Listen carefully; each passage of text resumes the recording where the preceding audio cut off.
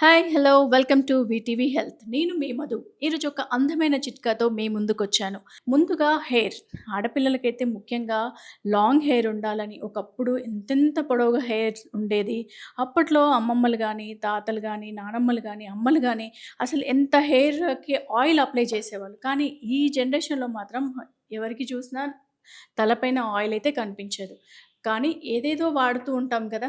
అవన్నీ వాడకుండా జస్ట్ మనం డైలీ రెగ్యులర్‌గా నైట్ టైమ్ ఇంటికి వెళ్ళిన తర్వాత కోకోనట్ ఆయిల్ అంటే ప్యూర్ కొబ్బరి నూనె, కొబ్బరితో తీసిన ఆయిల్‌ని అప్లై చేసుకున్నట్లయితే హెయిర్ గ్రోత్ అనేది చాలా బాగుంటుంది. మన స్కాల్ప్ పైన ఉండే డీటాక్స్‌ని కూడా అది రిమూవ్ చేస్తుంది కాబట్టి హెయిర్ గ్రోత్ అనేది ఎవ్రీ డే మనం తలకి అప్లై చేసుకున్నట్లయితే హెయిర్ ఆయిల్ దాని మంచి గ్రోత్‌తో పాటు హెయిర్ కూడా బాగా స్మూత్‌గా ఉంటుంది.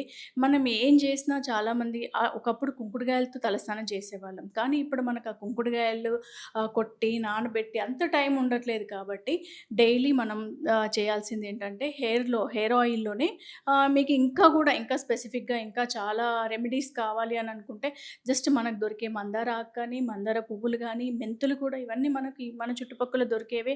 మెంతులైతే మన కిచెన్‌లో ఉండకుండా ఉండవు.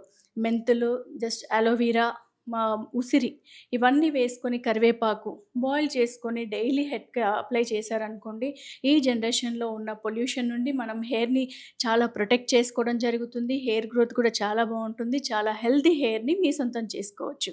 Thank you so much.